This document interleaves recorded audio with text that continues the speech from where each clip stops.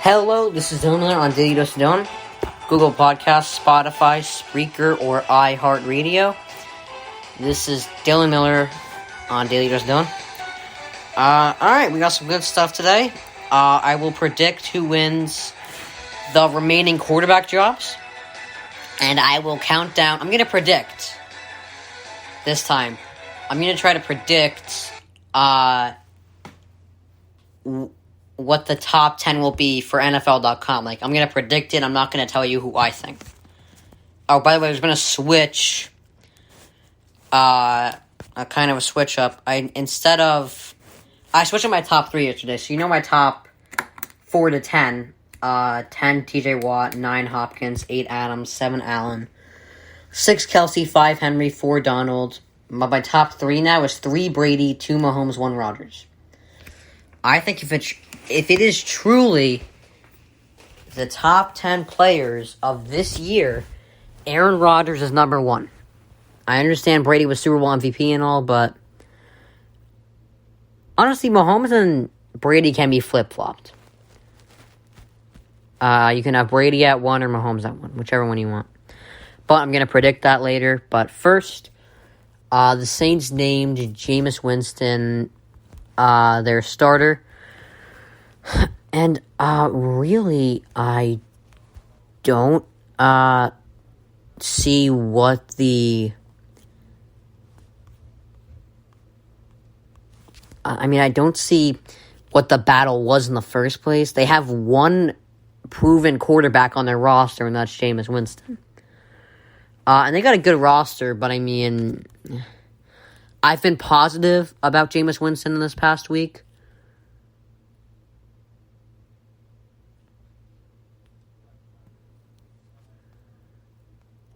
But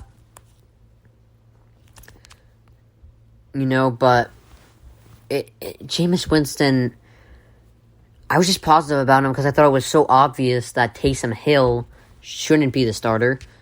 So Winston, he can be a good quarterback. He's not going to throw 30 picks in Sean Payton's system, but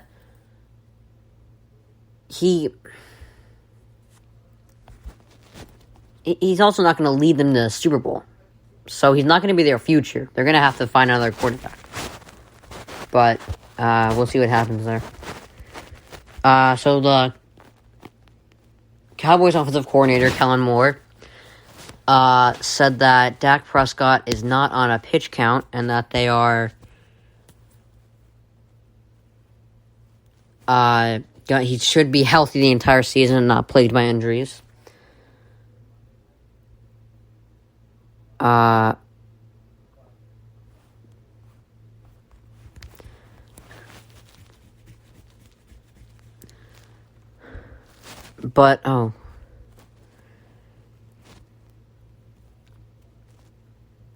Okay, those are the guys who I ended up with.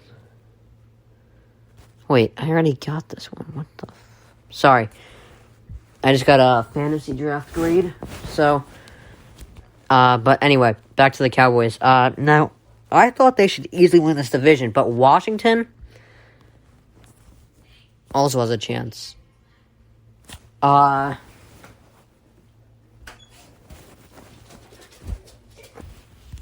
And Nick Wright, he downgraded Washington. I'm not sure why, but the thing is, the crazy thing is they look at their defense. Their stats this year. Want to know the defense? All right, 4th in points per game allowed. 2nd in yards per game allowed. 2nd in yards per play. 2nd in passing yards a game. And 3rd in passer rating. Their defense was easily top 3 last year, but they won 7 games. And that's weird because their offense is not that bad. I don't know what it is, and they have a good coach in Ron Rivera. But then I was like, okay, Their offense. Antonio Gibson. Let's look at his stats last year. So Antonio Gibson. Was he a rookie last year, I believe? Yeah, he was. Okay, so 11 touchdowns, only 795 rushing yards, but he gets a lot of touchdowns. Like, he's one of the better red zone running backs in the league. And honestly, he's an underrated running back at that, you know? He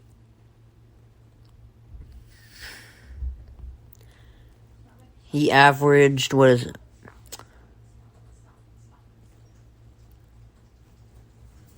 Damn it. He averaged, how many yards a carry? Why is it not doing this to me?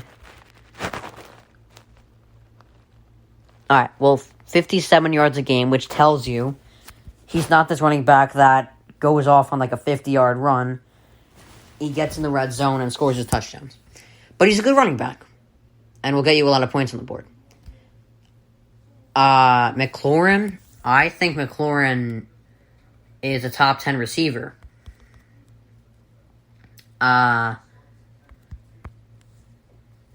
This year, he's played 2 years. Had over 1,000 yards this year. He's the complete opposite of Antonio Gibson. He gets yards, but not many touchdowns. But I think he's a top 10 receiver in the league. His catch percentage was 65%. And Alex Smith throwing to him really isn't the most ideal quarterback. So he did McLaurin. I think he's a top 10 receiver. I think he's really good.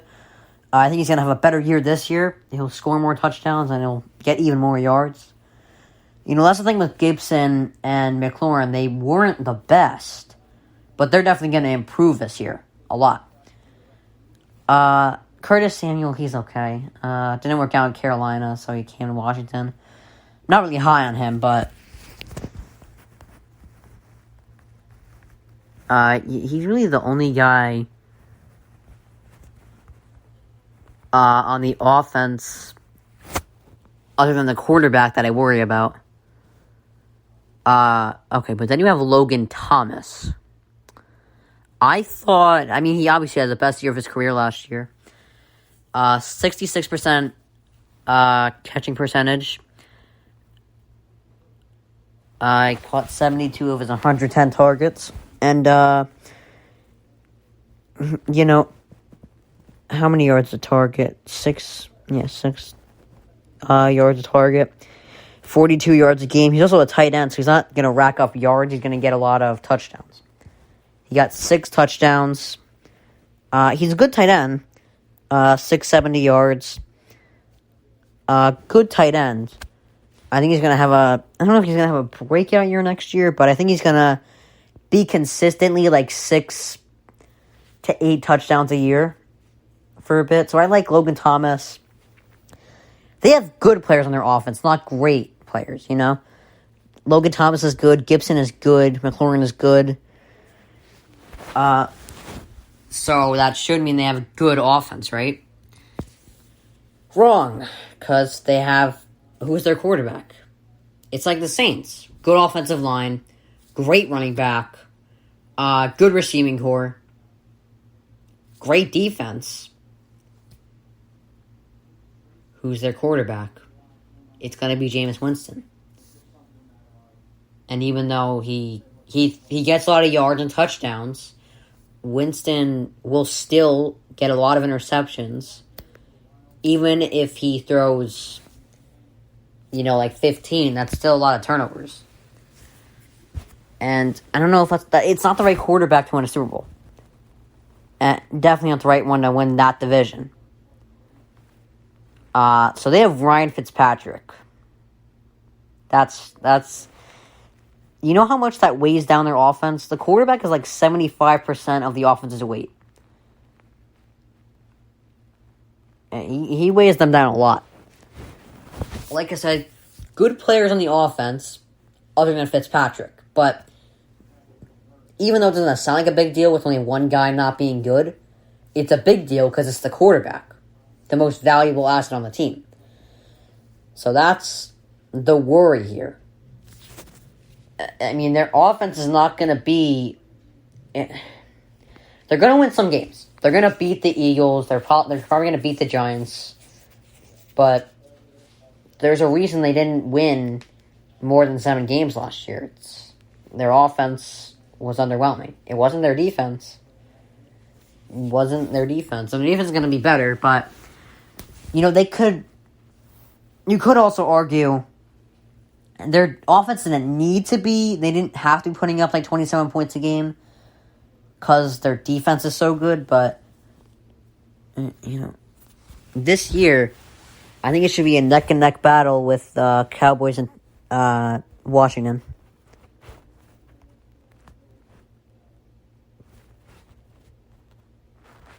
All right. So, the Cowboys are restructuring Zeke's contract, and I don't know why they were doing this, really. He's coming off his worst NFL season.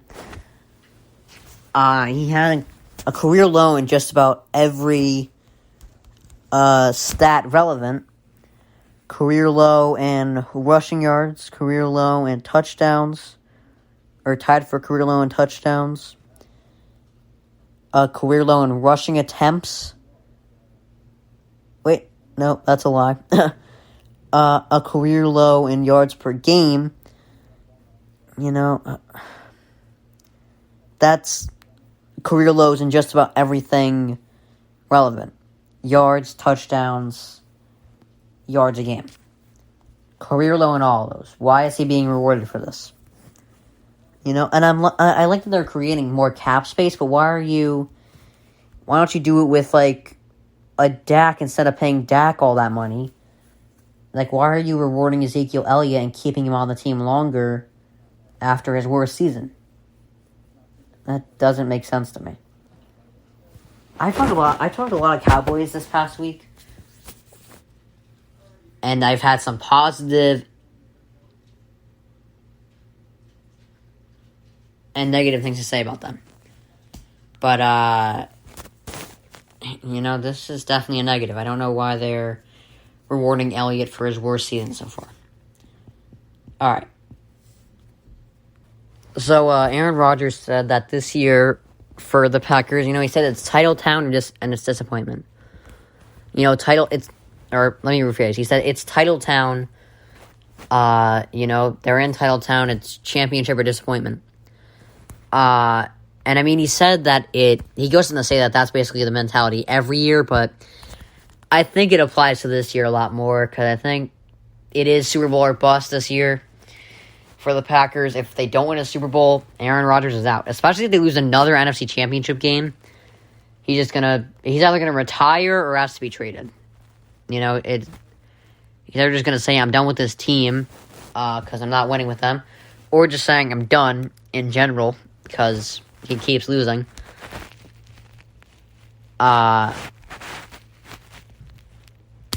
And, I talked myself into saying that they would meet the Chiefs in the Super Bowl this year.